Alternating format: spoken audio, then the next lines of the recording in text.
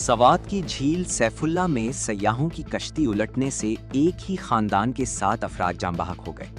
ابتدائی اطلاعات کے مطابق کشتی میں سوار سیاحوں کا تعلق صوبہ پنجاب سے تھا۔ ضلعی انتظامیہ کے مطابق سیف اللہ جھیل میں سیاحوں سے بھری کشتی الٹ گئی۔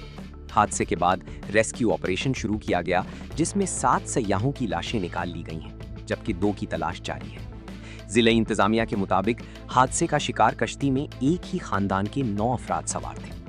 ضلعی انتظامیہ کا کہنا ہے کہ لاپتہ افراد کی تلاش کے لیے مقامی انتظامیہ اور رضاکاروں کا سرچ آپریشن جاری ہے، جبکہ اطلاع ملتے ہی ریسکیو 1122 سوات کی امدادی ٹیمیں اور ایمبولینسز فوری طور پر جائے وقوع کی جانب روانہ کر دی گئیں۔